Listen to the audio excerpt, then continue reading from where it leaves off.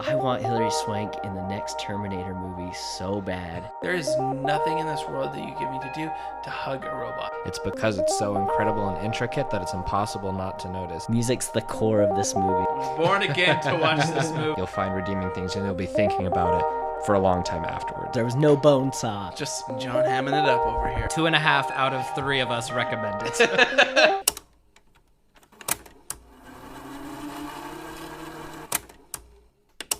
Everybody loves talking about movies.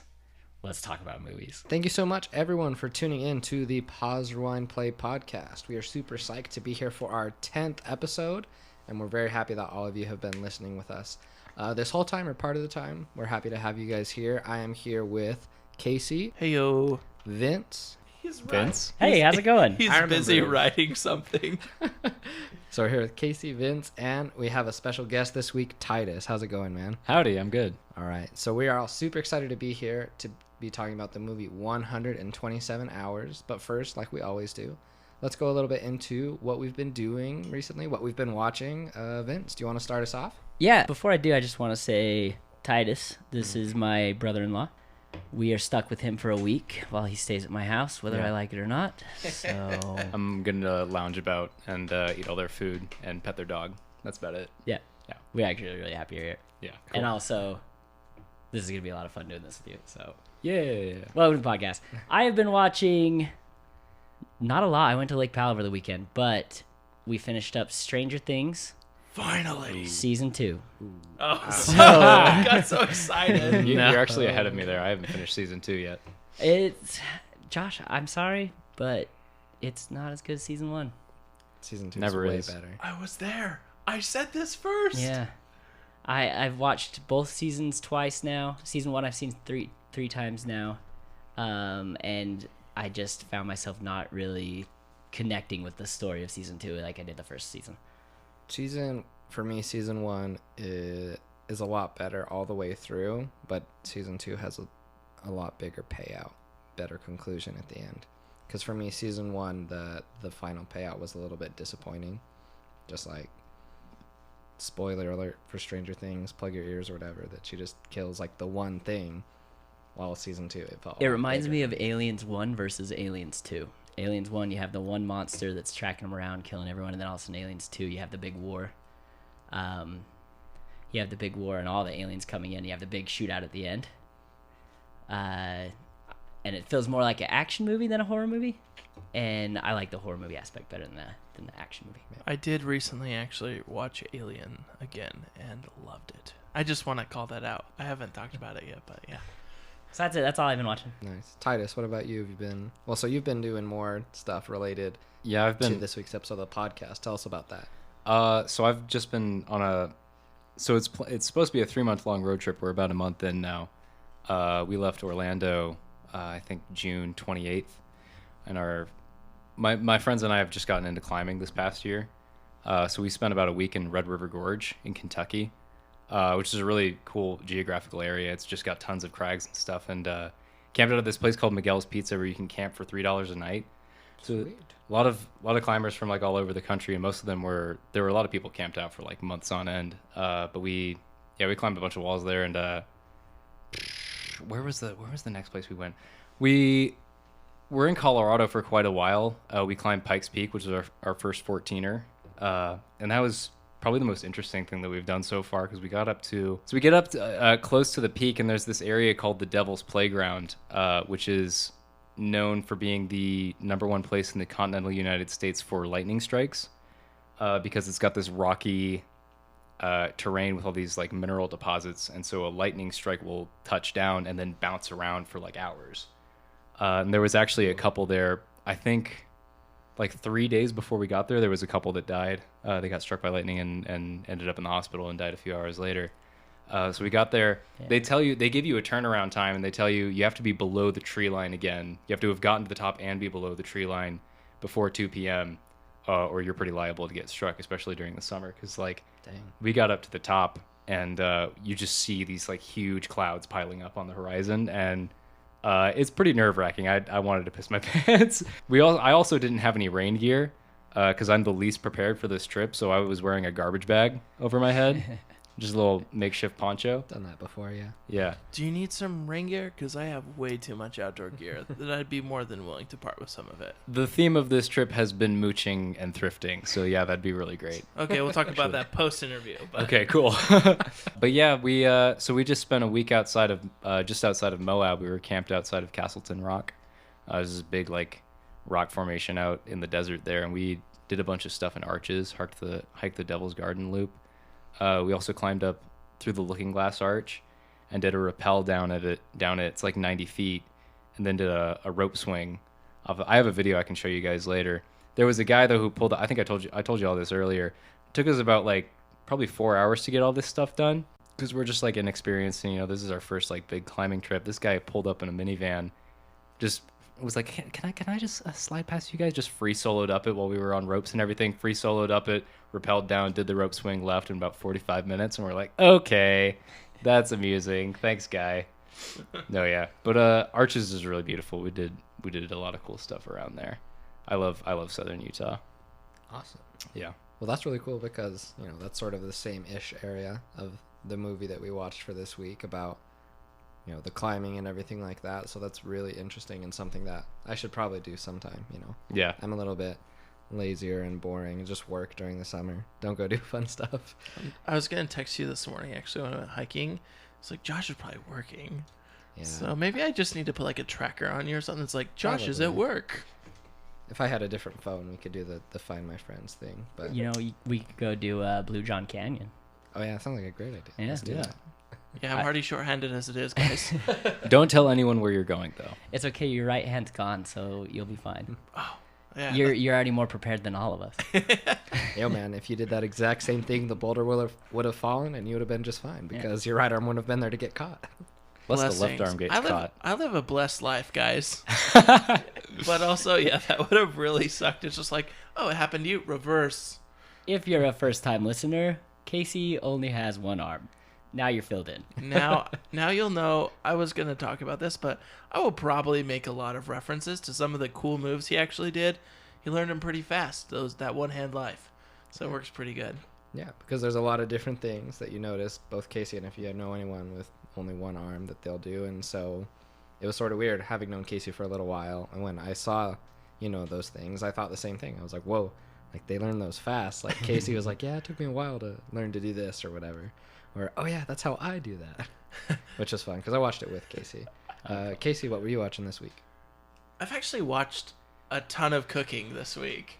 Awesome. So Martha Stewart is now my middle name. No, The Great British Bake Off. Is that the one your mom watched? Great British Baking Show. Don't talk any smack. That's a great show. I've watched Fantastic it as well. programming. It is great. It's What's The most relaxing television show I've ever watched. What's that lady's name? Mary Berry. who, Mary like- Berry, the love of my life. Oh Yeah. Mary Berry is great. dude. I love Mary What's Berry. the show where they're actually like watching a show and Jack Black like falls in love with an old lady? It's The Office. Oh, that's in The Office. Yeah. When it's kind of like that. You are gonna fall in love with Mary Berry. I Okay. like the new host on there though. They've got Noel Fielding on there. He's He's a a- great comedian. Is he Yeah. the guy from IT Crowd? Yeah, well, he's in The Mighty Boosh, Yeah. which is like a British like sketch show. But he was a host on there now. He's pretty a funny dude. I like him. No, I've just been like, sorry not to cut you off or anything. It's That okay. but what I've been watching is there's this guy named Magnus Nielsen, and he has a restaurant that's like 500 miles north of Stockholm. That's a 2 Michelin star restaurant, and it's like taken from the legit Nordic food cuisine. And he's like really piqued my interest lately. Mhm. I like to cook, so yeah. And then I've watched a lot of TV off and on this week, but I started watching Jupiter Ascending. That was really far out for me. Mm-hmm. My cousin described that as the best video game story he's ever seen in the theater. Why? Hot take. Because I hated it's that movie. Yeah, because it's not good enough to be a Hollywood movie, but it's good enough to be a crappy video game story. That's how he put it. I like He said if it was the cutscenes to the video game, it would have been great. But sitting down in the theater and watching it for 2.5 hours or however long it was not so great. not so great. Let's be real. I only watched that movie because my wife wanted to, and because it's Mila Kunis and Channing Tatum, right? Mm. Yeah. So I watched it hoping that they'd do some good stuff, and they weren't bad. It Mhm. just was whatever movie. Anyways, We also watched a really cool show this weekend that I think is something that It was just fantastic. I'm trying to remember. Essentially, it has Ryan Reynolds in it, and his kid gets lost and then like kidnapped for a couple of years, and then they like find the kid. And that was probably the most suspenseful movie I've watched in a long time for me, because there's like a little bit, like, we could talk about this forever, but it just blew my mind, and I was sketched out. So yeah, cool. That was my week. But what about you, Josh? What'd you watch? Just really quick, since we really want to get into the movie, I watched The Office. I finished The Office. You know, obviously I'll restart it again. Yeah, I was gonna say, time to start it over then. Then I finished it, and obviously super good, amazing. The last season's way underrated. Final episode's really good. I've been watching a lot of Community. Community is one of my favorite shows. Gosh, I love it. I just watched the episode Abed something Christmas, the one that they do in the stop motion, the claymation. Doesn't that have what's his name from Rick and Morty in Adventure Time? Plays Lemon Grab. I can't remember the voice actor. Oh, I forgot his name. You put me on the spot. Oh man, he plays Morty in Rick and Morty. I don't know. Oh jeez, guys. Oh jeez, yeah. I heard his voice and I was like, oh my god. So I don't know, but that one's so good because it's not only that they just in season 2 they just decide to do the gimmick episodes and they do everything like that, but it's that even when they're doing that stop motion like animation style and it's completely different, it's still so good, and they managed to pack so much story, so much humor, and so much emotion into like a single episode that it drives me crazy. They do so good. So I love it. Community, I'm on season 2 right now, loving every second of it. And I watched, I guess I learned this week that there was a Star Trek Next Generation movie that I hadn't watched. I used to watch the Next Generation all the time with my dad. And so then I was looking through, because I was just feeling sci-fi one night, and I was like, what are the best sci-fi movies on Netflix and Amazon and stuff? And I looked it up, and there was one that I hadn't seen. I was like, what the heck? And it's available on Hulu, which is Star Trek Nemesis, which is where Picard, he meets like a clone of himself who's Tom Hardy. And it's freaking crazy. Because he looks like Patrick Stewart. I forgot about that. Well, because he's all shaved and stuff in this one, right? Oh yeah. And so, but yeah, I'm like, it's Tom Hardy. This is crazy. So I watched it. It was pretty good. You know, nothing like super crazy, but I liked it. Have you seen the trailers for the new Picard movie that's coming out? It's a series, right? Yeah. Oh yeah, that's right. It's coming Isn't out. that crazy? Patrick Stewart, he's like 90 something years old. Oh, and but he's Patrick just Stewart is a killing it. legend. But he still Patrick looks Stewart's an like he's absolute 60. legend. No, and you know why he looks like he's 60? Because I'm assuming he found the fountain of youth. well, that's probably possible too. But also, so much. I think my theory is that so much of the male aging process is hair loss, and he never had any hair to begin with. Yeah. So he doesn't look any different than he did back in the late 80s and early 90s. So he's just the same, man. Because he just hasn't lost any hair because he didn't have any. So I'm gonna shave my hair tonight. Yeah, I think that's the way to go. No, but for real though, like, because I started filming The Next Generation in like the early 90s or the late 80s or something like that, and he looks pretty much the same as like now in this new series as he does in season 1 of The Next Generation. Yeah. So that's what we've been watching. Hit us up on Instagram and Twitter. Let us know what you've been watching, because we love to hear about that as well. I do Go have. ahead, Titus. I binged watched all of this before I left on this trip. But have any of you watched The OA on Netflix? No clue what that Not is. yet. I just binge watched the first 2 seasons of it. It's basically about people who have NDEs, like near death experiences, and it kind of gets into the multiverse theory and like biocentrism, just this idea that there's that like existence revolves around consciousness. So like when you die, your consciousness just migrates to another dimension. And this sort of mad scientist character has captured a bunch of people who have experienced NDEs, and he's basically killing them and bringing them back to life over and over again, trying to like probe the afterlife. Cool. Really interesting series. There's 2 seasons of it out there right now. Dang. Reminds The me of OA? Flatliners. The OA. Yeah, that's what I was thinking. I was thinking Flatliners, like a little bit. a Yeah, modern yeah. Cool. Flatliners. It's kind of that's like I'll way add cool. it to my ever-growing. Throw it on the list. It's also That's got easy. Throwing it the on other the love, list. the other love of my life, Ian Alexander. Oh, he's in it. Yeah, he's in it. Yeah. Awesome. Very cool. Awesome. All right. Well, let's get a little bit into the movie then. 127 hours.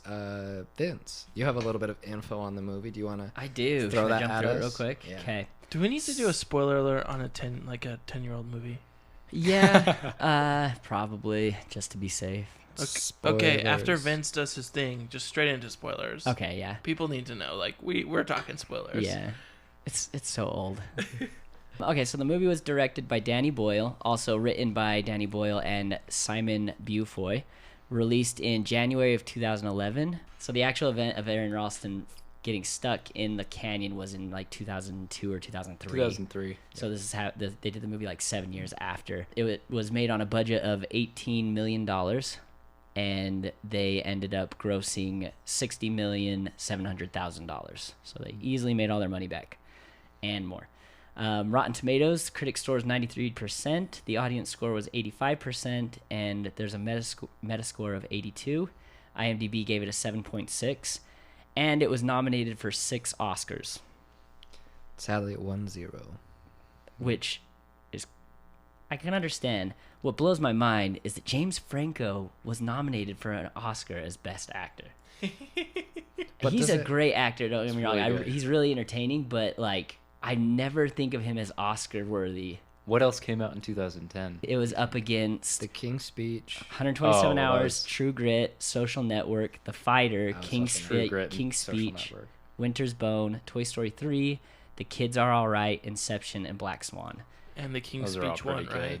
good. Yeah, the King's Speech won it won like a trio thing because it won Best Picture. It won Best Picture, Best Director, and Best Original Screenplay. And Best Actor. And Best Actor, Colin yeah. Firth won the Best Actor. Exactly. So, but for me, James Franco, I also don't see him that way. But I think that if there was any role that he would get nominated for, it would be this one. Yeah. I bet this went around on like Real Rock probably back in the day. They're like Real Rock Fest, 127 hours starring James Franco. Yeah. Yeah. All right. I and- love Real Rock. There's been some awesome movies that have come out there. Oh, I shouldn't say that lightly because Real Rock has put out some of my favorite films I've ever I mean, watched. don't get me wrong. Like, this is an Oscar-nominated film. It's a great movie. But it's not Real Rock stuff, so I shouldn't have made it so light. So I'm sorry. Someone's gonna die hard this and be like, that Casey guy, he makes fun of Real Rock. I promise. I've been to like the last 3 years at UVU, so I like it. Okay, Yeah. I'm sorry, guys. It's really good. And I mean, you always have a hard draw when you're in the Oscars. I mean, it got 6 nominations, which is pretty amazing for Yeah. a film. I mean, you have a lot of low budget films who, as long as it's quality content, they'll make it in there. But I mean, you have $18 million for this big outdoors movie, and they made it really well for 3 actors, for the majority of the entire movie being shot in one place because of the context of the story. That's a really good go. And being up against The King's Speech, which got 12 nominations, if I'm not mistaken, and also The Social Network in that same year, which is And True Grit Amazing. and Inception. True Like, Grit's it's just an fantastic. awesome year. that's just crazy. So many good stuff. So it was nominated for Best Motion Picture, Best Actor, Best Adaptive Screenplay, film editing, Original Score, and Best Original Song. And it didn't get any of them. Yeah, which is sad, but because the Academy, they don't do an official thing, but they have sort of like unofficial like runner-ups and things like that, and 127 hours was pretty close on a few of those. That's what they said. So one other thing before we jump into it, casting considerations. We did this for the Joker a little while back. We're going to do this for Aron Ralston. They had 3 other actors up for the role. One was Sebastian Stan, who I had no idea was acting back then, because he hasn't shown up in anything but, or I guess really not a lot. I guess he wasn't in the spotlight for a long time. Shia LaBeouf, and the director's first choice before they casted James Franco was Cillian Murphy. Would you have liked to see Cillian Murphy in this role? I think Cillian Murphy would have done a good job. I think that he, like James Franco, looks the part, because while he's not like the biggest, most stunning guy, he's agile, and he's, I think it could have made him look like him, and I think he would have done a great job in this role. I think I like James Franco in it. I think I can take some of the comedic scenes more seriously with, that sounds like an oxymoron, where you say the comedic scenes more seriously. I think I can They're take performed better, though. I think I can take him perform better Yeah. with the comedy of James Franco versus Cillian Murphy, where I'm not as used to a comedic front from him, but I still would have enjoyed it. What do you guys think? That's it. That's really Hot take from Casey Yardley. If we learned anything from from the classic Holes, though, it's that Shia LaBeouf in the desert's a great combination. I think I would have loved to see Shia. I mean, I don't know. I don't think he would have done better than James Franco, but I would have loved to see that. I would have loved to see Shia LaBeouf. Throw a couple of lizards down the hole with him. Exactly, yeah. Yellow spotted lizards, they'll get you. Yeah. Oh, Been eating onions on God's thumb. good stuff. Madam Casey, Zeroni. Casey, do you want to give us a quick synopsis of the film, like you do so eloquently? All right, 127 hours. Guy loves Utah on the weekends. Guy takes a long overnight road trip down, arrives at like 1 or 2 a.m. around the Canyonlands area down near Blue John Canyon. Decides that he's going to take his bike and do some pretty insane, mountain bike riding down the Red Rock. Starts hiking along, meets a couple of ladies, goes and finds the greatest watering hole in all of the state of Utah. The greatest fake watering That was hole such in a the world. disappointment. I was so sad. Because we've been scoping out other places to visit, and I was like, Vince, where is this? I want to visit this. And he's like, it's not real. And I was like, God damn. That's a real bummer. Yeah, Yeah. It's a real bummer. Guy and girls swim in fictional watering hole. Guy then takes girls back to the fork where they met, then takes off on his planned route down Blue John Canyon. Man doesn't tell anyone where he is going, takes a fall down the slot and gets his hand pinched between a rock and a hard place, you might say. And then That's where the drama starts. dun dun dun, and then after 127 hours finds a reasonable yet sketchy way to free himself from said rock problems. Is found by a Dutch family enjoying their wonderful vacation in Canyonlands National Park, and returns to society to await numerous press opportunities. How's that sound? That was it. That's the movie. That was very Thanks for eloquent. joining us, everybody. This has been the Pause Rewind Play podcast. We'll talk to you later. See you next time. So jumping into the beginning of the movie, I was wondering what you guys thought, because we have the whole opening sequence, which consists of a few things. The first thing it consists of is the get you into the 2003 feel. And then it goes into this guy, Aron, played by James Franco, and how he lives. What did you guys think of the opening montage, both the get you into the feel as well as James Franco? Hands. There's just a bunch of hands. I think in those opening sequences and those splice shots, which was I think some pretty cool foreshadowing. Him riding the bike, though, I was getting such an early 2000s vibe from him riding the bike, and just like the it's like an old energy drink commercial or something.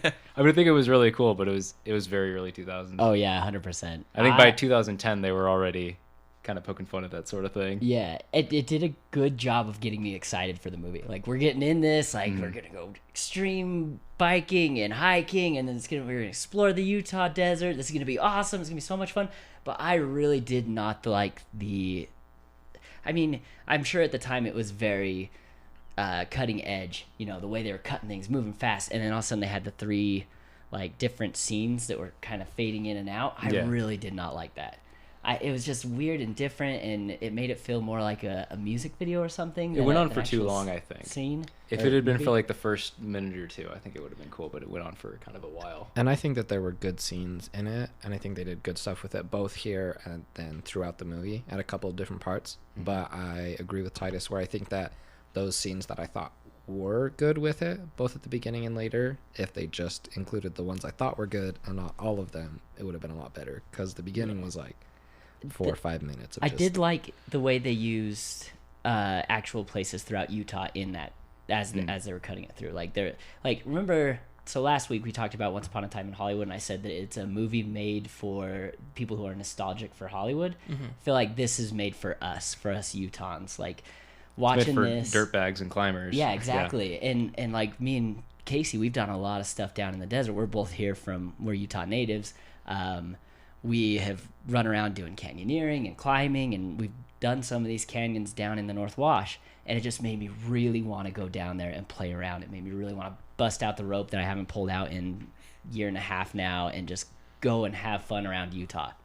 And that, I think that's this this whole sequence, this whole beginning, that's why I got so excited, because I was like seeing these things that I recognize in a Hollywood movie, and I was like just getting real jazzed and like really wanting to go back and experience these things that I used to do all the time that I don't get the opportunity to do anymore. One thing that's kind of interesting, especially where Hollywood is concerned with filming in Utah, right? You get a lot of cowboy western films shot here, a lot of Monument Valley, which is debatable whether or not they shot it on the Arizona or Utah side anyways. And We claim it as our own. yeah, we claim it's our own. And then we got what's the one with Tim Allen where he's like down in Goblin Valley? I forget what that is. Oh, Galaxy Quest. Galaxy Another Quest. classic movie. Add it to the list. Greg, rock. I love that scene. Titus knows his stuff. Yeah, but like really, it was cool to kind of have a better connection because he goes down through like what'd you call it, Spanish Fort Canyon and like different things like that. We noticed that people who are from here like I can relate. So if It's you're a not niche audience thing. yeah, it's a really they caught our attention. I think they wanted to catch our attention too with this film because I remember it being such a big deal when I was younger. I was like, oh man, this guy's lost in the desert and he cut off his arm. Oh crap! Spoilers. Sorry guys. Ooh. We already put out the spoilers. We already put out the spoilers, but yeah, it's just one of those things that they did a good job. They knew their audience because it was big news here, and they knew that they had to get that audience back. Awesome. Yeah. So that's basically the beginning montage. Gets you in the feel both of the Utah and the canyoneering and everything like that, as well as puts you into that 2003 feel, because that's a really important part, because they do it in a few different ways so that you know the importance that there's no cell phones.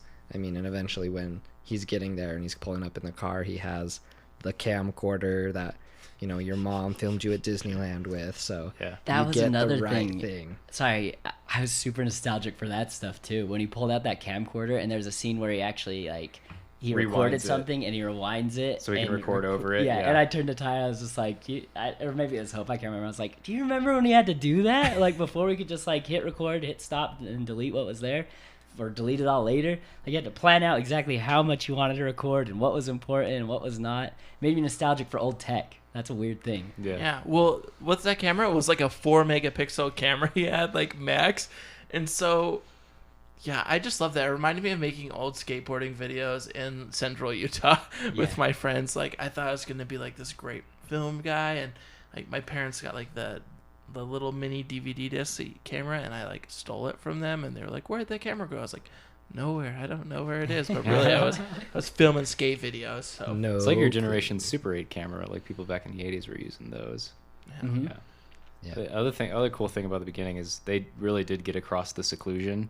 I mean, there's a shot specifically where it says rough road ahead, next service 100 miles, and you're like, oh wow, he's like out there. He's Yeah. going out, pretty way out in the desert.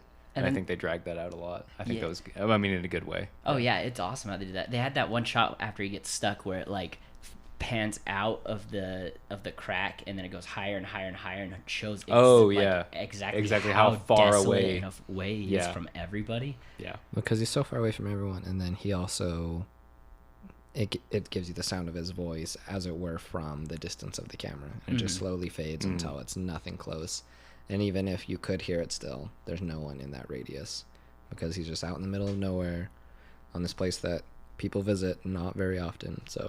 So in that first sequence, you see him kind of prepping, grabbing all his gear, missing the knife, the Swiss Army knife, all that kind of stuff. For some reason, in my mind, I listened to his book on tape years and years ago, so it's been a long time since I've seen this movie too. For some reason, I had in my mind that he wasn't very prepared for this hike, but after watching this and kind of researching up again on exactly what happened, he was very prepared for this, just made one really stupid mistake on not telling anyone where he was going. So my question for you guys is, do you guys feel like he was, I guess, number one, prepared, or number two, so prepared that he was unprepared? Because it was kind of his downfall, right? Because he was so conceited and cocky about how good he was that he kind of didn't take the threat serious. Well, in my mind, so I've done a lot of this type of stuff, and I always tell someone where I'm going, no matter what, because the last thing I want is to not come home. that night when I'm supposed to. Mhm. And the thing is it's not because I'm like, oh, I'm afraid to die or I'm afraid that something will happen. I just don't want that mystery for everyone else. And that's the real big kicker is like growing up down like where we grew up, Vince. I remember hearing about so-and-so's lost. Well, that freaking sucks. Like, and like, unless somebody actually knew where someone else was, right? Or they're like, oh yeah, but they spoke to so-and-so, they should be in this area, you know, so you can do a concentrated search. Oh man, yeah, it freaked me out, and that's like my one rule is always tell someone. And what's interesting is I have a text chain with my mother-in-law, my mother and father, and my wife, and I always just send out, this is where I'm going, so somebody knows. And if they can't check their text, then they don't deserve to know where I am, I guess. But it's like you can be as prepared as you can be, but something will always happen. And he did a really good foreshadowing in this, where they're like, oh, are these rocks gonna move? And he's like, they're always moving, just hopefully not today. And you never know when something's gonna happen. That scene was funny because I felt like he did everything except for look into the camera and wink at you, you know, because he had that line, and then he followed it up with another one that was when he drops down, he says, "You just got to remember, everything's gonna turn out all right," and then he drops down, and it's exactly foreshadowing the end, like, you know, the rock's gonna move, turn and wink, but remember, everything's gonna be all right, you know.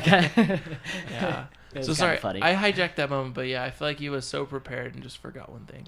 Yeah. And that one thing was telling someone. Tragic, yeah. Well, because for me, that plays on one of the largest themes of the movie, if we look at it, is that even though he is prepared, he prepares so much so that he won't have to rely on anyone because he doesn't want to, right? And that's one of the biggest themes of the movie is, as you get, you know, to the end and everything, is his realization that his life is not just his own and that he needs, not only likes to have, but needs other people as well with him so that he can live a better life and that he can also accept help when it's necessary. Because even though he ended up getting out of this situation, if anyone had known where he was or if he was with someone, it obviously would have been a whole ton easier and he wouldn't have lost a limb. So anyway, should we go a little bit deeper into the scene? What I think they delved into that a lot with his hallucinations and his visions when he was trapped. I mean, he thinks about his girlfriend and breaking up with her a lot, and then or his ex-girlfriend, and then there's that whole sequence with I don't know if this is like getting ahead of it, but the flood, and then he gets out and he goes to his ex's house and like is trying to bang on the door and she can't hear him, and it is that kind of feeling of like you're not connected enough with these people because you think that you're fine on your own, but you're actually, you know, you need to tell people some things about yourself. But, you know, now he's out in the desert and he's forced to self-reflect. Yeah, I agree. What a cool message to the movie. Like, you go into this thinking that you're just going in to see a person who got his arm stuck and through sheer force of will was able to survive because he wanted to survive. But no, it's more of an intimate movie than that. It's more of a, you know, reflective. He learned something internally about himself, and it's something we can all look at ourselves and be like, oh, you know, you can see yourself in Aron Ralston through his experience. The hardest thing in life is asking for help because nobody wants to be perceived as weak, because that's a primal instinct that we have that's bred into us from millions and millions of years of evolution. I guess I can't really say millions. I don't know how long humans have been here, but essentially, right? It's okay to ask for help and it's okay to tell people where you're going. And that is honestly one of my hardest personal challenges. And so I related really well with that movie. And yeah, if you cannot in some way relate to this film, you need to go see a therapist. Like, really. Because this film is like a full circle as far as that goes. Because even if you're not a canyoneering person, if you're not like really addicted to the outdoors, the way that they play so much of these sequences and scenes, it should have pulled at least at a few heartstrings for everyone. That's just really what I thought. I think so. Definitely. And he goes through these different experiences, and even though he enjoys human interaction, as he does with the girls and everything, like they mention and they say, I don't think we factored into his day at all. So it's something that happens. He's like, cool, like I'll hang out with these people. Or he imagines, right? He doesn't actually go. He imagines the party and he would go there and talk with people. But, you know, it's all optional for him. It's just if he wants, if he thinks it'd be fun to interact with these people, but he's fine either way. is the way he is starting off, right? Yeah. I think one of the girls even says something like, "I don't think we're gonna see him again. Like, I don't think he's gonna turn up at the party." So that's another thing that surprised me is I didn't realize how familiar Aron was with the area.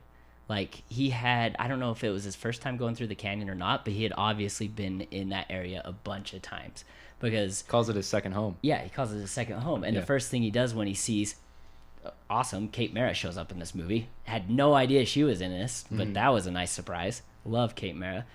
And the first thing he does when he sees her is, or them, they get lost. And the first thing he does is run over, is tell them, "Hey, this is my second home. I'm a trail guide. Let me help you out. You know, what can I show you? Where are you going? I can tell you exactly how to get there." So he knew what he was getting into. He was super familiar with Blue John Canyon. He was trying to beat the record, the speed record through it, and he was so confident in what he was capable of that and this is why I brought up the question. He's so confident in what he was capable of that I feel like he wasn't prepared for what he's going into. He just didn't take nature serious, and nature can kick your butt. Like, one little thing that goes wrong, even if you're so familiar and so prepared, one little thing that goes wrong and you're dead. Yeah. You know, and it's, I don't know, it's just something that I kept thinking through this movie. And I've had these experiences down in canyons where something goes wrong, a rope gets stuck at the top of the rappel or something, and we can't get it down, and that feeling is the worst. It's the worst. It's humbling. Yeah, it really is. Well, and what's kind of interesting is last night after, Josh and I watched this, I thought about Everest. When you think about nature is unrelenting, it's very, what's the right word for that? Relentless? Mm-hmm. Relentless. I don't know if you guys have watched the Everest film that came out a couple years ago. That movie is a very good reminder as well of, like, not being overly cocky in the wilderness. Because this guy, Rob Hall, was probably one of the best Everest guides of all time. And same with, I forget Jake Gyllenhaal's character, but Scott something. But these guys were the best.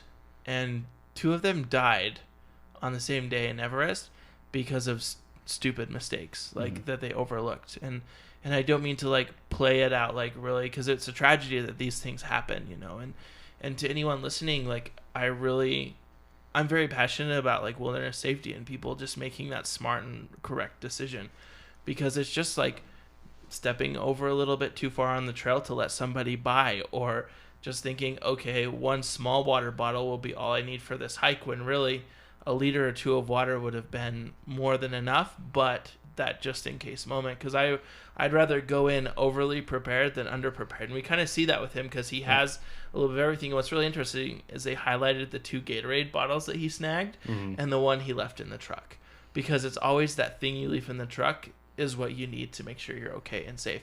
Because, like, think about it, you're down the desert, electrolytes, that's what you need to, like, maintain, like, full functioning abilities. And he was forced to drink his own urine at one point. And so the tragedy of, like, Aron Ralston really is, 1, he knew the area, but 2, he kind of overcompensated for, I don't know if that's the right way to say it, like, his ability. Yeah, Overestimated his abilities. Yeah, that's the right way. Well, in that same realm of overestimating yourself and underestimating nature, I don't know if do any of you guys follow Casey Neistat? Yes. Have you seen the video where he and his friend try to climb Aconcagua down in South America? I have not. They I'll be quick about this, but in with big mountains like that, it's a walk up. It's not technical or anything. So they were like, oh, we can just walk up this mountain. They give you a turnaround time because your body has to acclimate to the altitude, and it can only spend so long up there. And they tell you, okay, you have 3 days to climb at 3 p.m. on the 3rd day. Doesn't matter if you've reached the top or not, but you need to come down. And so they get almost to the peak. They can see it. It's a couple hundred yards away, and it's their turnaround time. Their watch goes off, and they're like, all right, we got to turn around. And Casey's like, it's right there. It's 200 yards away. This isn't going to do any harm. And over the next 200 yards, their bodies just start completely breaking down. And he's in the video. He's like, I can't tell you my social security number right now. I can't tell you.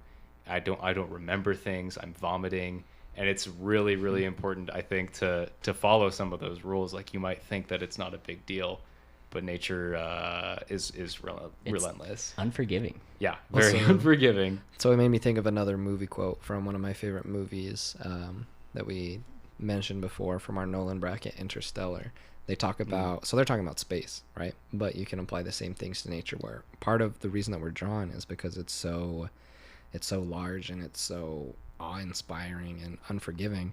And the quote that I was thinking about is they talk about, out there we face great odds, death, but not evil, formidable, frightening, but not evil. So even though it's not malintended for you, you have to have a certain respect for it, because anything can happen, and it's formidable and it's frightening and it's super crazy, but it's not evil. It's not trying to hurt you. That's why we're drawn to it, because it's so beautiful, but you have to have the right respect for it. Mm-hmm. It's what I think it's what Lovecraft called the cosmic indifference. Doesn't really pay you any mind, you know. It's not against you or for you. It just, you know, it's just this power. If you want, you can go and check it out, you know, the cosmic or the nature or anything. You can go check it out. You just have to make sure that you are properly prepared. Yeah. Which And sort of, it's so worth it when you do. Like we've gone on and on about how dangerous it is, but man, I've had some of the coolest experiences of my life down in southern Utah. If you've ever weeped just by like looking at something like a sunrise on a mountain, it's like a really fantastic feeling, I think. Well, and I love, like, my favorite thing is climbing in the Alpine, like winter, summer, spring, whenever I can get out there when conditions are right. It is the most beautiful thing. It is the most painful, beautiful thing. It's a suffer fest, but we get up there, and you know why we do it. And Conrad Anker said this perfectly. It's for the view. It's for what we see is below us. It really puts you into perspective. So don't think that, obviously, one, that I'm hating on anything that he did here, right? Yeah. At this point in our discussion. But really, this is so worth it to get out and go experience.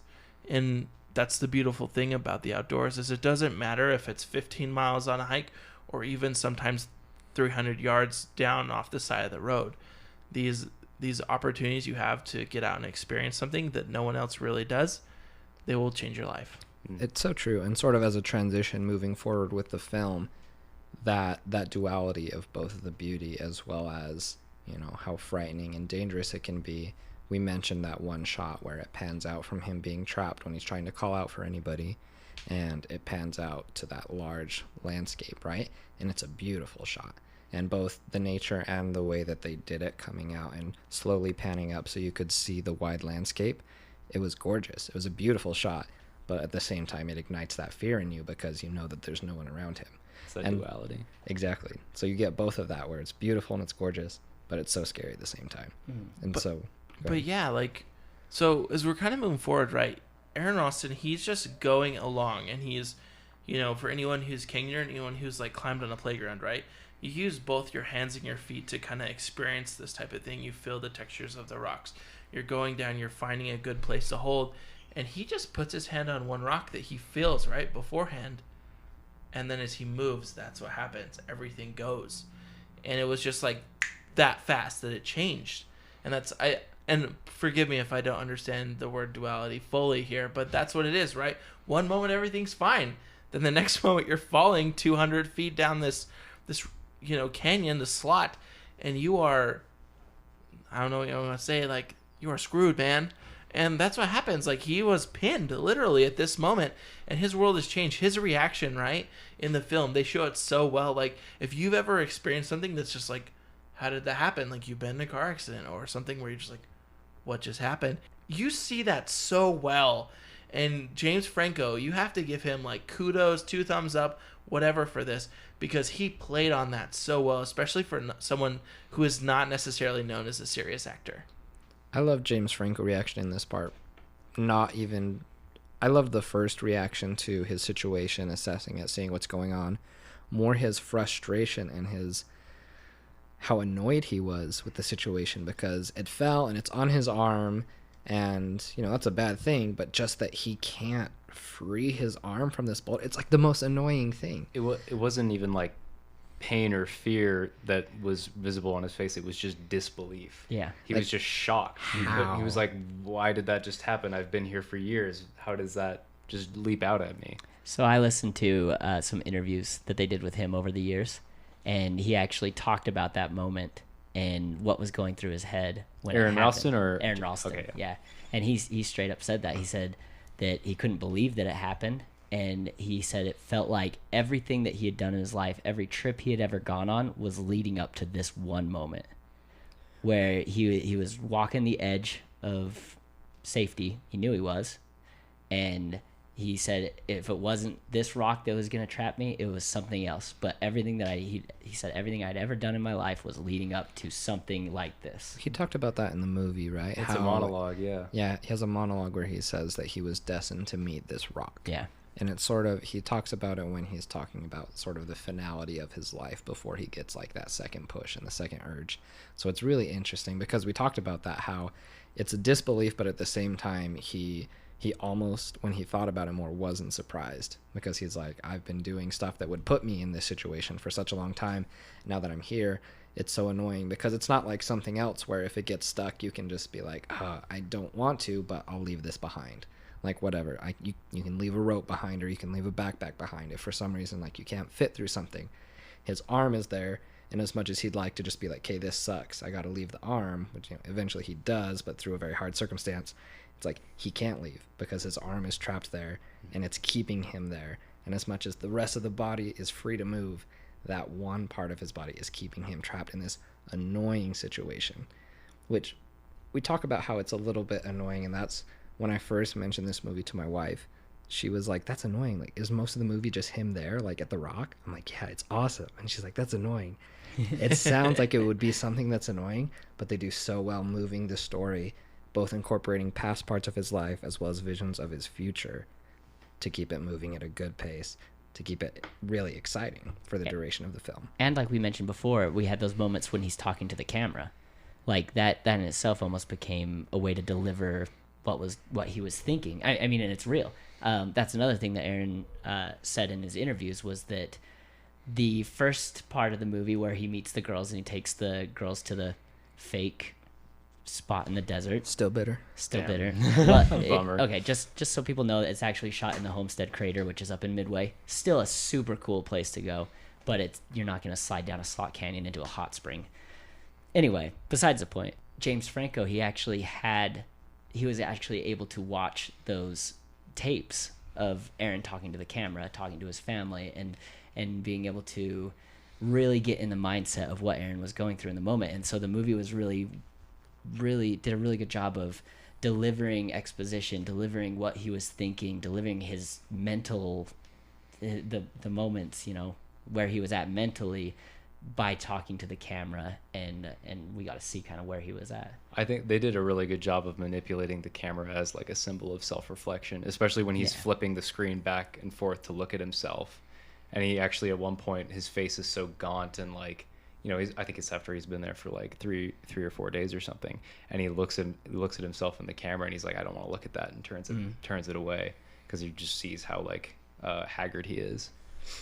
The camera shots are some of my favorite times of the movie, because they use the camera really well, like you talked about, for the self-reflection, as well as they used it for I don't mean to be overusing the word duality, but they use it for duality a few different times to represent a few different things. One of my favorite scenes of the movie is not to jump too far ahead, but when he talks to himself through the interview, like he's a talk show host, right? That's one of my favorite, because they use the camera in a good way, because the scenes that are shot through that old school camera is when it's just him talking to himself, and then when they shoot from behind showing the camera, but with like the more modern and real feel, it's when he's the talk show host, right? And that's my favorite, because they'll switch between the two to show you like which one is talking, and you'll have the studio audience in the background.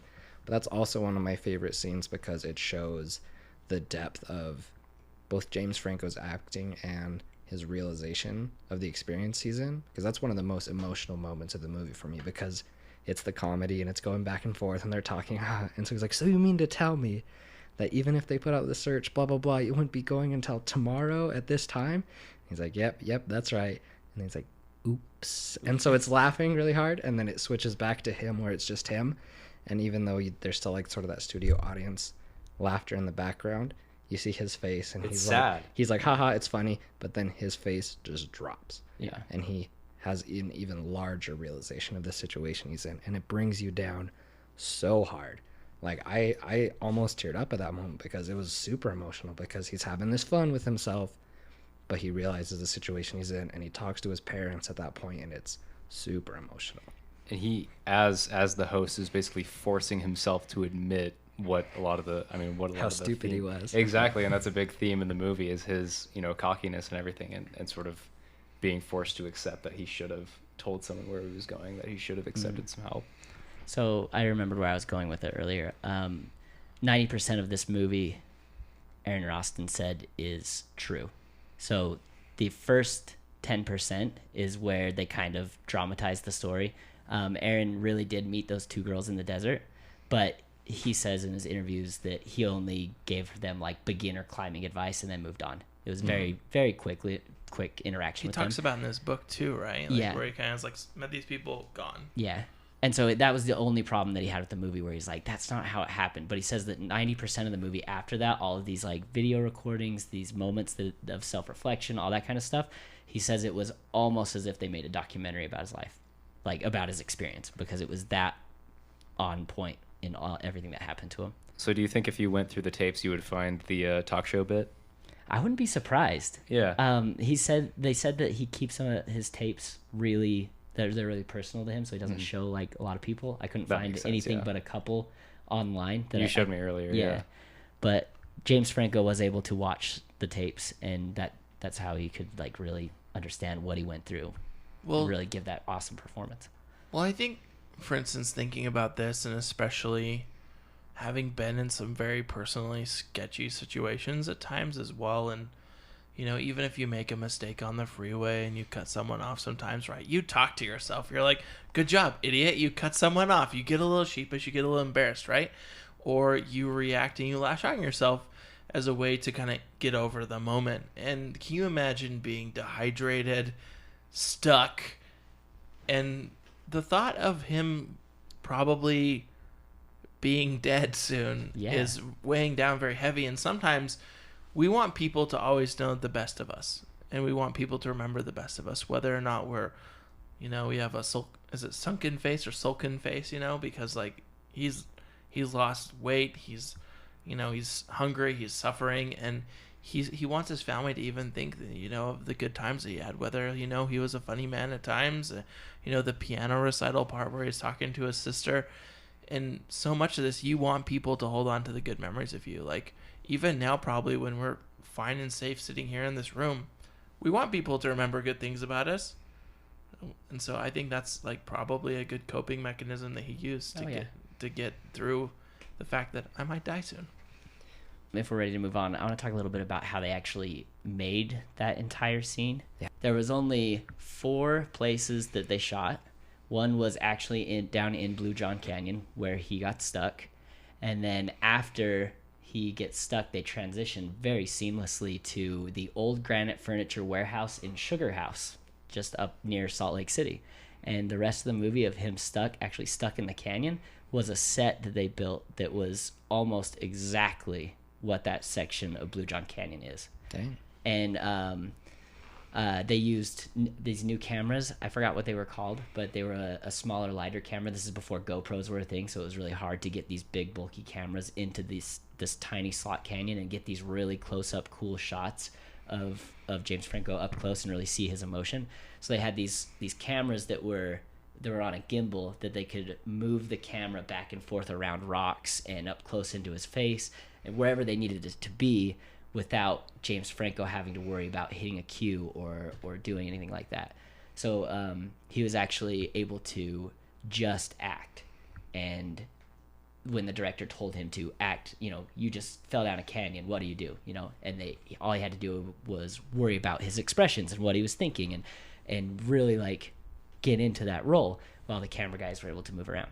So Blue John Canyon, Sugar House near Salt Lake City, Horseshoe Canyon, which is at the end of the movie. When he finally gets out, he goes and walks past they call it the Great Gallery, I'm pretty sure, which I've been to, and it's an amazing spot that you guys should visit if you haven't. I saw one article that said that they shot some stuff in Leprechaun Canyon that's down in the North Wash, but I don't know how legitimate that was. I only saw it on one site and none of the other ones, so I don't really know if that's true. And then the other one, like we talked about, was the Homestead Crater. The Homestead Crater up in Midway, or Heber, somewhere up there. Yes. Did you find anything? So I did a little bit of research more into like the themes of the movies. Do you guys know how, especially when they filmed it, like with his arm, how they did that? Was it like put differently, or was it just like a styrofoam boulder so it looked like it was heavy on there, or how did that work? Do you guys want to talk about it? Either of you? We can. I want to talk about it. Yeah. Do you guys know? Like, do you want? Oh, I don't know No, I anything don't know about it. anything about it. So This is Vin, I our will- behind the scenes guy. yeah, I love this kind of stuff. I love to see how they made it, and the amount of time that they put into this fake arm is crazy. Like, they went every layer of the arm. They used some sort of metal for the bone. Then they used like a silicone for kind of the meaty tissue underneath. They actually had working blood veins in the arm, and then they used fat for, I can't remember exactly what it was, to replicate the fat of the arm, and then they used a silicone to replicate the skin. And they made 3 different arms. One of them was made to look real, just stuck there. And then I think it was 2 of them were made to dissect for when he actually does the amputation. And like I said, everything worked in it. Like, they did it as real as possible. And they have pictures, if you can look it up online, of James Franco. And his real arm is just kind of tucked behind him. And he's got this fake arm that's kind of going off from his shoulder and into the rock. And that's what the director said was, what's going to make this movie work is your connection with him in this moment when he has to amputate his arm. So we need to make that as real as possible, and we're going to show everything so that you know exactly what he had to do to get out of the situation. And so, yeah, tons of detail put into this arm. Really, really cool. And that scene, it's like 5 minutes of him cutting off his arm, and they do not spare any detail. I mean, you see him like severing nerves. They show you a little like not even when he actually cuts the arm off, but when he first sort of does that exploratory stab with his pocket knife, they show you just like a little X-ray of it, just the tip like poking his bone, and it's pretty gnarly. It's pretty gnarly stuff. Josh said cool shot when that scene was No, done. I thought it was because they have a lot of like, I don't want to call them gimmick shots, but they have a lot of shots that are very different compared to classic filmmaking, right? Where, you know, it would show you that normally in a film, and there'd be sort of like some sort of sound effect or something that would show you he would hit the bone, but it's really showing you exactly what's going on. They want you to know, hey, he stabbed it in his arm. They want you to know how he feels, know what he's thinking, because if you did that to yourself and you're feeling, that's sort of what you're doing. You know, you're sort of feeling around, and with your brain, you're seeing that image. Okay, I've gone through the flesh. It's at the bone right now. With this dull pocket knife, would I really be able to like cut the bone? Like, what's going on? And so I thought it was a cool shot because it just shows you like that. Like Titus mentioned the X-ray. Yeah. That sort of just shows you like the inside of it. I also wanted to talk to you guys, if it's okay. We mentioned it a little bit, but about his visions a little bit more in depth, both of the past and of the future. Guys, sorry, I just looked at some of this stuff you were talking about, those arms. That's freaky. Isn't that cool? That's kind of freaky. It's a little detailed and ugh. Yeah. Could I see it? Could I see it really Oh, I fast? just exited out everything. Let me pull the ones back up. Hold on. Yeah, it's cool looking. When you said it, he had his actual arm behind him and the fake arm in front of him, the first thing I thought of was David Bowie in Labyrinth. How they had I can't remember his name, but the famous juggler, when they were doing those scenes with the crystal Oh, balls. yeah. It's not him doing it. It's actually a juggler behind him, Nuh-uh. sticking his arm in front of him. Totally unrelated. Well, that not completely unrelated, but definitely a different type of never movie. noticed that at all. Yeah, it's another I guy know doing the that. juggling. Sorry, I looked at like 4 articles. And Michael I can't Motion, find the that's his one. name. That's his name that does it? Yeah, you should look him up. Dang. He's Are you kinda cool. do you still do that stuff? Do you still have your ball? Oh yeah. Awesome. Man. Damn, that's super Sorry, crazy. I can't find it. I was looking at 4 articles. I went through really fast. and Oh, it was- bummer. Oh, right there. Hold on. Maybe it's this one. Nope, not this one. Sorry, let me find it. I'll find it and show you later. Sorry. Okay. Cool. Before we move on to the visions, though, Yes. I just want to mention that it actually took Aaron 1 hour to cut his arm off, and he had to try 3 different times before he actually like committed to it. And like it's crazy because when you think about cutting your arm off, you think of like Game of Thrones when they behead someone, how clean that cut is, you know. And so when you think about cutting your arm off, you're just like, oh, it'll be easy. You'll just cut your arm off. No, like you said, Ty, it's like you're digging through the flesh. You are digging through the fat, and then you hit the bone. And what are And you it's supposed dull to do to because get he's through been the bone? chipping away at the rock with the knife, Mhm. so it's not sharp. He's just like gouging this like. Well, first he has to break his arm. Yeah, and that's another thing from the interview. And it's already dull to begin with, right? Like when he first pulls it out, he's like pushing his thumb against it. He's like, kind of dull. Yeah. When he says it's his crappy knife that he got free with a flashlight, it wasn't Yeah. even his actual pocket knife.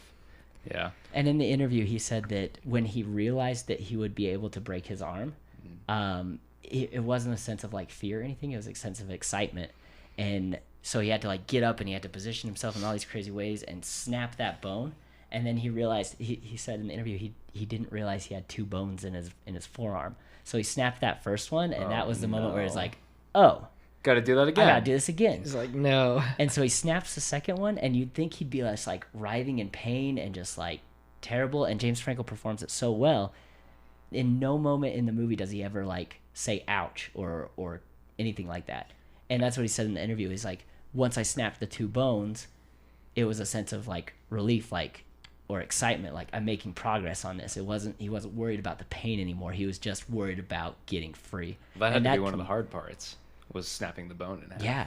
Well, and at one point when he's shooting the video and stuff like that, you can actually see where he's tried to cut his arm a few times, but they're not as quite defined because he probably wasn't fully committed. Because I don't have 2 arms, right? I can't imagine having to cut off one arm to free myself, but I can imagine if, for instance, my leg was like cut or something like that. For me, that would be a big commitment to cut something off because I use my legs as second and third arms, like personally, and so I've seen you play video games. It's crazy. I do a lot of things with my feet, and I would probably die, to be honest with you, before cutting off one of my legs, because then I would finally feel disabled, I think, and that's really being honest, because I remember, and like I don't want to get into this too heavily, like I remember when this happened, I remember when the book came out, my aunt recommended that I listen to it and think about it, and I was like, I was like 14 or 15 when this book came out, so I was still pretty impressionable as a young teenager. And then I met this guy, and I just remember like the whole, like I've always thought like, yeah, if it was like, if I had an arm, I probably would, at this point, knowing what I know personally, like I could cut off an arm. But if it was something else, there's not a chance in any day or night or any universe that I would ever cut off my leg. So that's a perfect segue into what would it take for us to cut off an appendage, an arm, a leg, or whatever. For Aron, he had these visions, right? Well, yeah, because to be able to get to that point requires a super strong will and almost a last resort scenario, because like Casey mentioned, he sort of goes at it a little bit before, but he's not really committed, and he's just exploring other options at that point, because that's sort of a last case scenario. He becomes very desperate, and at the end of his energy and at the end of his resources and everything to be able to get to that point. So the reason that he does find that will and find both the mental as well as the physical strength, because he's sort of like at the end of his line, he's been thinking about his girlfriend, like Titus talked about before, how she left him, and we talked about the themes, how she says to him at the Delta Center, back when it was the Delta Center, you're going to be alone your entire life, and so he's just sort of accepted that. But then he has this vision, and in the movie it talks about it as a premonition, right, of his future, of his family, of his son, and everything. And so he feels like he has a higher purpose that he's not done for yet. He feels like he's made this stupid mistake, and he's tried everything he can to get out, and so he's like, my whole life has led me to this boulder. I've done some stupid stuff. This is what I deserve. And then when he has this premonition, when he sees his future self, his future family, he says, I need a little bit more. I have to push. I have to know what I need to do. I need to think harder. I need to push harder to know what I have to do to live, because I'm not done yet. So the visions for me, they were super emotional, not just of that, also of him with his friends in the past, because it set up that theme really well. Well, thinking about this is where I spoke a little bit earlier about connecting with Aron and connecting with this film and this experience, right? Because not all of us are going to wander off into a canyon. Not all of us are going to physically put ourselves into a situation like this. But all of us can relate to the emotions. And this is something that's kind of cool that we can talk about this as being in a room of 4 guys, right? Is like, there are times when we as people are alone, and it's not necessarily like physically in the space that you're in, it's mentally you really confine yourself. And really Aron Ralston had taken and confined himself in a sense. And so you think about it, like the first of the movie, he's ignoring phone calls from his mother. He's going out here all by himself, and he doesn't like really interact with anyone. throughout this whole thing, and then all these visions, it shows like someone leaving him trying to get back to this person and not being heard. And there's so much to it that how can you not really sense that there is a problem? And I don't mean to say that, you know, Aron Ralston has a problem, right? But what they're portraying is that he had a problem, that he would isolate himself to the point where even his closest people, which is his family, didn't know enough about him, and he was regretting all of those things that he could have done and should have done. And he knew, he's like, if I go at this point, there's going to be a lot left on the table that I could have done. And I think that is for everyone, but he recognizes the fault that he had in all of it, because not a lot of people, when they go to die, have that much time to think about it. And he had 127 hours to either kick the bucket or break his arm and get out of there. Which, fun fact really quick, something I didn't know, and when I thought about it, I was like, the math doesn't add up. So the 127 hours isn't the time he was stuck. It was the time that he woke up that morning until he was sedated after he left the canyon and he was being rescued.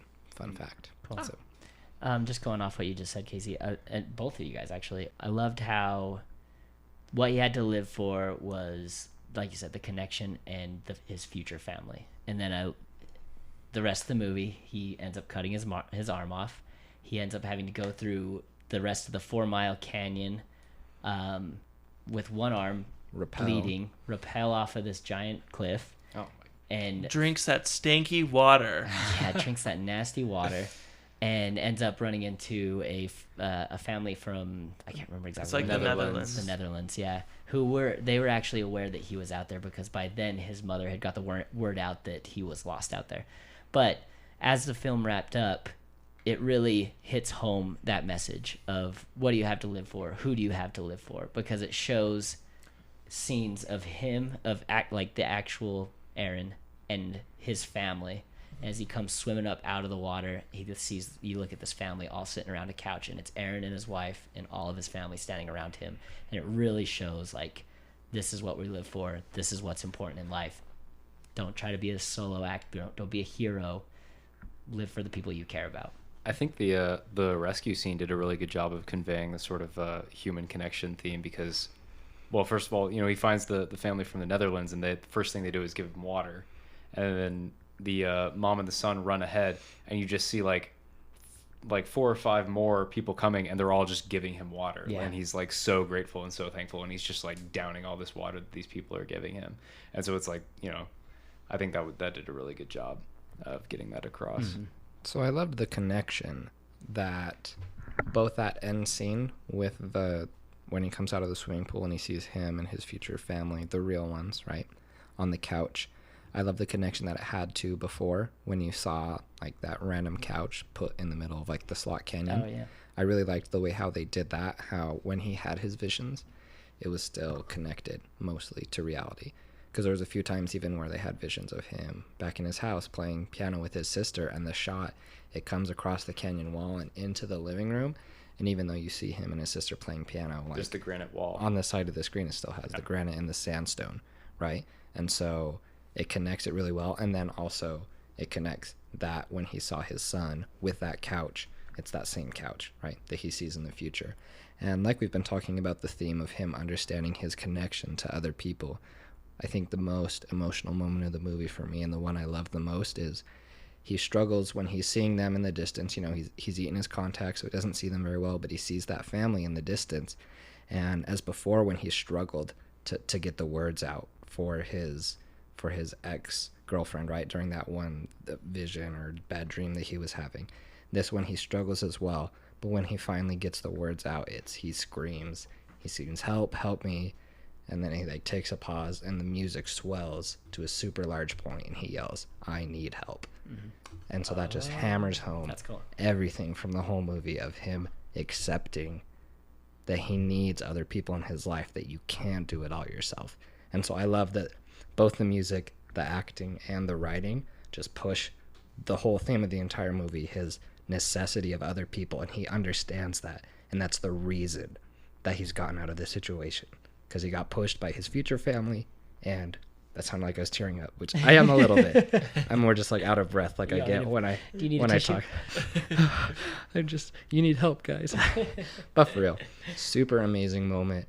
I did almost tear up when I watched that part of the movie because it's so powerful and it makes us understanding for him as well as realizing our own necessity of other people. And like he says, we need to examine our life and make sure the people that we care about the most know that we care about them. He talks about, Mom, I'm super sorry. I ignored your messages and everything like that. He's like, I could have done a lot better. So it makes us all reflect internally about what we need to do in case something randomly took us from our life like that, right? And that's about it. Movie's great. Fantastic. You guys have any final thoughts? Do you have any nitpicks? Like, because we sort of glossed over anything like that. Other than the way that they did just those sliding 3 shots, I just don't know what they were doing with some of those. They just seemed out of place. The 3 I didn't like a lot of times. Like I mentioned before, there was one really cool shot where he's having a vision and thinking. When he's doing the rock monologue, it shows, I don't remember what it is. He shows 2 things on the side of him, but then it shows like a black shadow, right, against the blue sky of him right in the middle, right? Because it's cut into it's the 3, it's the spliced. And then right in the middle, it's him falling and the rock falling with him. But it's just the slot canyons on the side, him and the rock, and then behind them is blue. And it's just, they're black, right? So it's not like a really physical representation. It's a really cool shot. I liked that.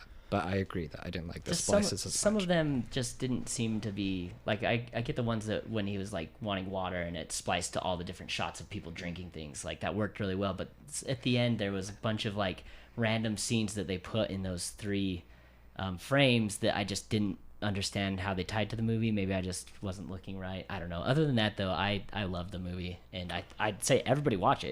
It's still fantastic. The ants.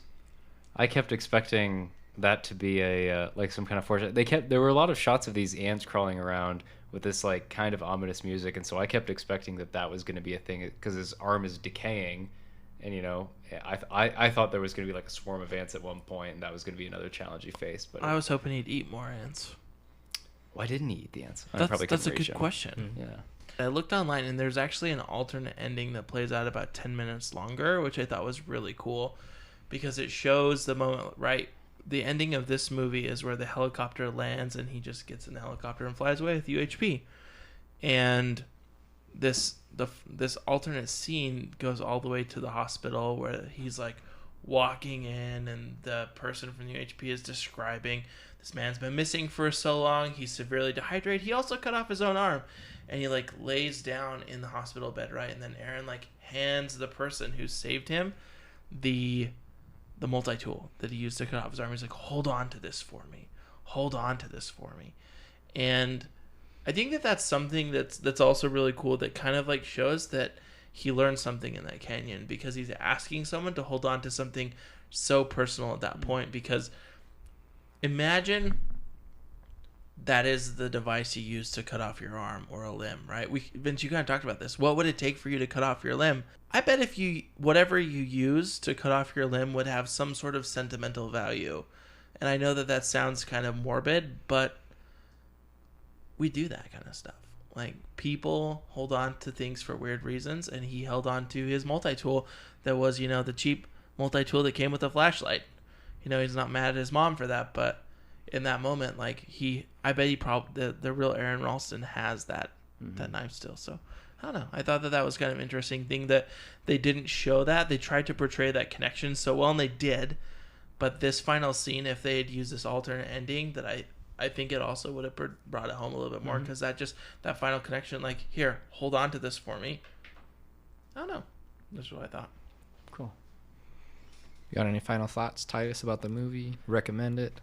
I definitely recommend it. Absolutely. It definitely is. It does appeal to a niche audience with climbers and people like that. But I think it would appeal to like anybody who's a human being. I think, in my opinion, it does have a lot of heart and a lot of emotion to it, and it's something that I think a lot of people can relate to. So if you're a human being, go see this movie. Yeah. Exactly. I think we definitely all recommend it. I think it deserved every one of its Oscar nominations. And, I mean, just huge shout out to James Franco. I think, for me personally, one of his best. acting points of his career. I mean, he got nominated for an Oscar, well deserved for me. Amazing. And if you're looking, if you're just at work listening to some music, be sure to check out If I Rise by A.R. Rahman on Spotify. That's one of the main tracks from the film, the one that was nominated for Best Original Song as well.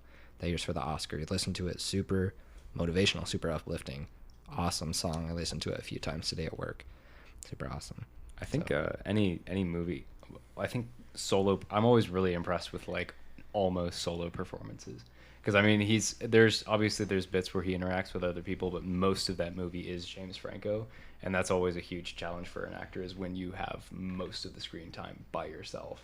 Yeah. And I think anybody who can like keep a very upbeat performance that whole time is like really impressive. For sure. Yeah, agreed. All right, so that's been the episode. Thank you so much for tuning in to the Pause Rewind Play podcast. We've had so much fun talking about movies. We are super excited to go to the theaters this week to watch next week's movie, which will be Fast and the Furious presents Hobbs and Shaw. Idris Elba, Dwayne "The Rock" Johnson. Bringing on the everybody. I failed. Bringing on the kryptonite. Yes. So we're That's super one of the excited. lines from the movie. Yeah. I'm so excited for this. Yeah. So we're gonna So- see it here pretty soon. Check it out.